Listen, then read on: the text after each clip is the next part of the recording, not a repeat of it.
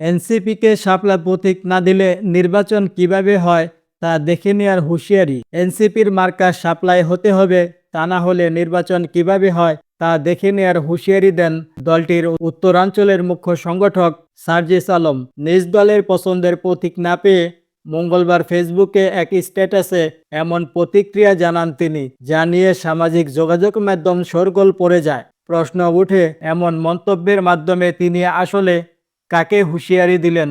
তবে কি শাপলা প্রতীক তারা চাপ প্রয়োগ করে নিতে চান? নির্বাচন প্রতিহত করার সক্ষমতা কি তাদের আছে?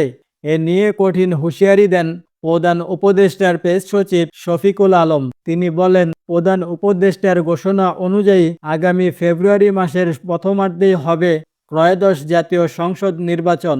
এটি কেউ বন্ধ করতে পারবে না। সেভাবেই প্রস্তুতি নিচ্ছে নির্বাচন কমিশন। এর আগে নির্বাচন কমিশন ঘোষণা করে শাপলা প্রতীক পাচ্ছে না এনসিপি। ইসির এমন বক্তব্যের পর এনসিপি যে কোনো মূল্যে দলীয় প্রতীক হিসেবে শাপলা চাইছে এবং এ নিয়ে কঠোর অবস্থানের ঘোষণা দিয়েছেন দলটি। এনসিপি বলেছেন, সরল পথে দাবি আদায় না হলে রাজনৈতিক লড়াইয়ের দিকে হাঁটার প্রস্তুতিও নিচ্ছে দলটি।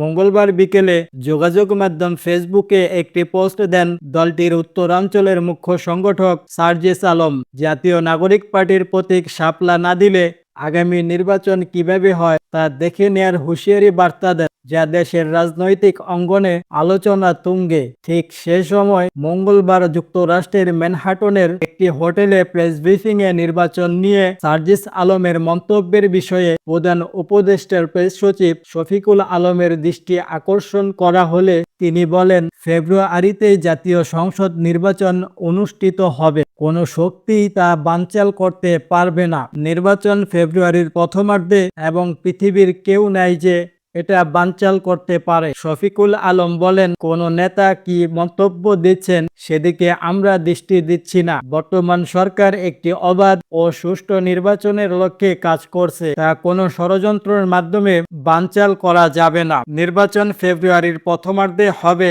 এবং কোনো ধরনের কোনো ষড়যন্ত্র এটাকে আটকাতে পারবে না। এদিকে নির্বাচনী বিধি সংশোধন করে শাপলা, সাদা শাপলা বা লাল শাপলাকে নির্বাচনী প্রতীক হিসেবে তালিকাভুক্ত করে এই তিনটির একটি প্রতীক বরাদ্দর দাবি জানিয়েছে জাতীয় নাগরিক পার্টি। 24শে সেপ্টেম্বর নির্বাচন কমিশন সচিবালয়ে এ সংক্রান্ত একটি চিঠি পাঠায় দলটি। এখন সময়ই বলে দেবে এনসিপি শাপলা প্রতীক পাবে কিনা।